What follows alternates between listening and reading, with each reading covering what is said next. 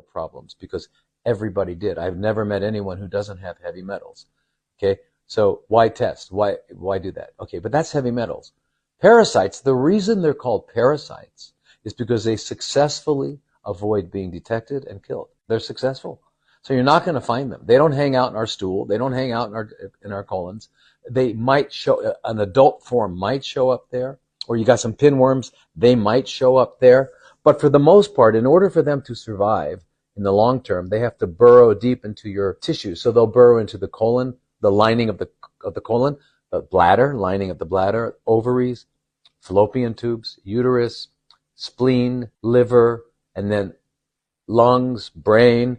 And then, here's the thing, if you undertreat them, let's say you only use ivermectin, or you only use fenbendazole, you disturb them, and then they migrate to another organ like the pancreas and go deep in the pancreas, and you wind up with pancreatic cancer. So the point is, you've got to like blitz them, and that's why we use 3, 4, or 5 antiparasitics and like 3 times a day for 3 weeks on, 1 week off, 3 weeks on, 1 week off.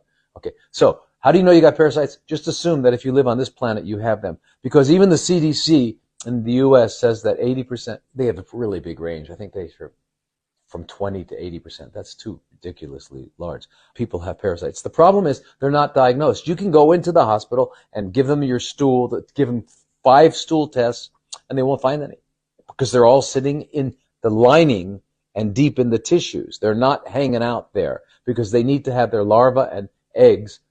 They need to have a nice place for them to live, a nest. And that's where they nest. They don't nest in your stool. So they're not easy to find. And I hope you understand that. You assume you do. Here's the other thing. If you take these antiparasitics, one of the side benefits is that they turn off all the cancer pathways and they kill cancer stem cells. And we all have some amount of what we call chronically fermenting cells going on that they call cancer. We all have some of those going on in our body, either micrograms, milligrams, or 1 gram or more. We all have them, all of us. Everyone you've ever met and everyone you ever will meet will have those. Therefore, by taking these, let's say you didn't have parasites, which would be maybe 1 in 100 trillion don't have it. If you didn't, then what it would do is turn off the cancer pathways and kill cancer stem cells. So, not too bad. So how do you deal with the fact that you probably most likely have parasites and you do not want to undertreat them? What we have found works. And of course, you've got to get this from your doctor, so you've got to work with a doctor that can help you get these medications. But what we have found works is if you use a combination of ivermectin, praziquantel, and some use either something called pyrantel palmitoate, or you can use mebendazole. Mebendazole is like fenbendazole. They're in the same group called benzimidazoles. So you need one of them. So you need a benzimidazole, you need a praziquantel, and you need ivermectin. That will pretty much take care of everything. Now, that's all the worms, because parasites are either worms or single-cell organisms called protozoa. The thing that we know that eliminates protozoa is something called tinidazole, which is like metronidazole. You might have had metronidazole if you had, well, for women, sometimes if you had Gardnerella, or if you had, what do they call that again? You know that where there's a fishy odor? Well, and they give you that. It's called metronidazole. Well, it's a cousin of tinidazole. They're in the same class, but they both kill protozoa. Now, there's another protozoa called entamoeba that is responsible for amoebic dysentery and things like that. But whenever we're taking out root canals, or we're taking out, we're cleaning out cavitations in the jaw from a failed extraction or something, and they send the pus to a DNA lab, they're finding, I'd say, I haven't found a case yet where there's no entamoeba. So not only are there all these bacteria in our jaws and our mouth, but there's also these parasites called entamoeba in our jaws. That's what I would do. I'm not saying you should do it. I know you got to work with your doctor. You can tell him to call me and her to call me. We can discuss it. I'm always happy to collaborate. But we use ivermectin, a benzimidazole, and the praziquantel. That gets them all. And then, of course, the tinidazole. The other thing is that there's always funguses involved.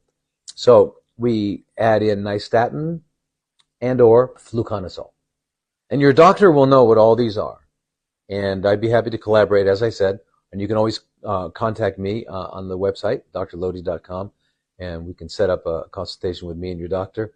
Or a lot of these are available online. It's called, and another one is niclosamide. Because niclosamide can take the place of praziquantel sometimes. So it's really good though, niclosamide, and it also turns off cancer pathways. And you go to niclosam.com. I think the only one that's really seems to be hard to get for people outside in America and Europe is the ivermectins for some reason. The rest of them seem to be, you can go online, what's it called? Pancure, PANCUR.com, and you'll get the fenbendazole for dogs, but it's still in the tablet form, 222 milligrams. And we usually tell our people 222 milligrams 3 times a day. Ivermectin, 12 milligrams 3 times a day. Praziquantel, 600 milligrams 3 times a day. Tinidazole, 100 milligrams 3 times a day. Fluconazole, 100 milligrams twice a day. Nystatin, 500,000 units 3 times a day. You should never do all this stuff on your own. And so I will talk to your doctor if you'd like. 3 weeks on, 1 week off. 3 weeks on, the 1 week off is to give your liver a break. Now, this is going to be bad for my liver. Indeed, it's going to be bad for your liver. Your liver enzymes are going to go up, and then they go down. And then they go up, and they go down. However, if you don't do this and you undertreat them, these guys are going to migrate and and burrow in your brain, burrow in your pancreas. You don't want that. You want to get rid of them. So you do that. Now remember something about the liver. You can cut out 2/3 of it and donate to a sibling, and it'll grow back. The liver in humans is our lizard tail. It grows back. You pull it off, it grows back. So don't worry about it. If your liver enzymes go up, they'll come back down. The only time they don't is if you have hepatitis, but if you have hepatitis, you already know about it because you're sick and you're yellow and you don't have any energy and all that. So that's why you need to really work with a doctor just so that you've done blood tests, you know what's going on and all that sort of thing. However, I never let the potential side effects of something that are not deadly get in the way of taking care of a problem we need to take care of. So you don't take your eye off the ball. So when we're working with people with cancer and they're a little bit anemic and they're a little bit that, so what, I'm not going to treat them and just let them deteriorate? No, I'm going to treat them and deal with the side effects and deal with them as we can, because we got to keep our eye on the ball. The eye on the ball is restoring health. Okay, and in order to do that, we have to get rid of the things that are interfering, which are parasites, hidden dental things. You won't know it. It won't be red, inflamed. You had tooth pulled, when you were a kid. They were putting on your braces. They pulled out your first bicuspids. They pulled them out. You don't even remember, but they pulled them out and they didn't get it all. They left little fragments. They didn't get the periodontal ligament, and then they didn't do anything but give you some cotton, and then you took so they didn't cover it up, and it got colonized. And now up in these bones that you don't feel, there's a whole colony of mutated 20-year, 30-year later microorganisms producing biotoxins that are on some meridian affecting your body.